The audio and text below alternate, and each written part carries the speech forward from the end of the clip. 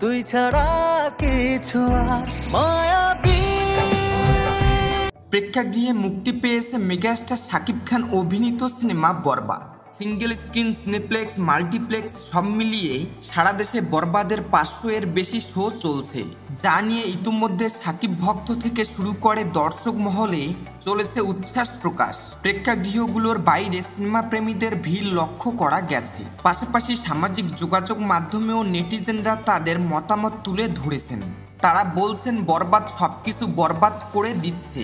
একজন নেটিজেন বরবাদ নিয়ে এক পোস্টে লিখেছেন, শাকিব খানকে কেউ ছোট করে কথা বললে সে একটা তেলাপোকা, শাকিব খান বাজ পাখি। বরবাদ সিনেমার হল রিয়েকশন দেখে কান্না চলে আসছে গর্বে। সাধারণ জনগণ বাংলা সিনেমা নিয়ে এত উচ্ছ্বসিত।